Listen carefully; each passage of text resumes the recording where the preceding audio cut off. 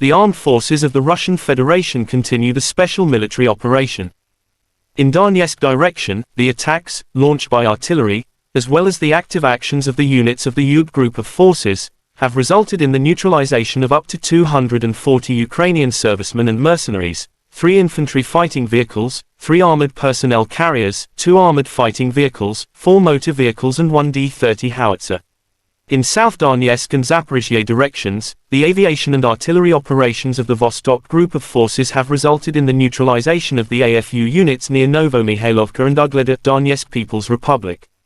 The enemy losses were up to 20 Ukrainian servicemen and 3 motor vehicles. In Kherson direction, the enemy losses were up to 18 Ukrainian servicemen and 5 motor vehicles.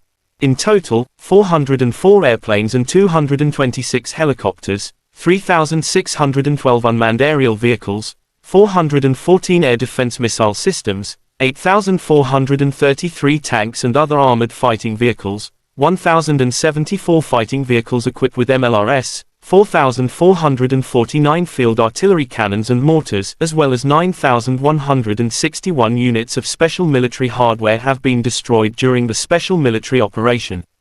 The other side, Ukraine Defense Ministry in a statement said Russia lost 570 servicemen in a single day, including 6 tanks, 16 armored fighting vehicles as well as 15 artillery units and 2 special equipment. In total, Kremlin lost 171,730 servicemen during the conflict, including 3,602 tanks, 6,966 armored fighting vehicles as well as 305 jet fighters and 291 helicopters. Russia and Ukraine conflict lasts for 398 days. There is still no peace talk agreements between two sides.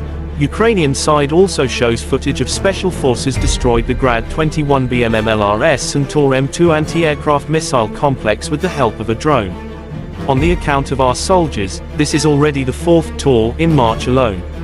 General Staff of Armed Forces of Ukraine in a statement said, President Ukraine Volodymyr Zelensky paid a visit to Sumy region on March 28. Sumy region, our border, observed the service of the border guards holding the frontiers of the state. Ukrainian border guards work in close cooperation with other components of the defense forces of Ukraine to protect the state border from the enemy, Zelensky said.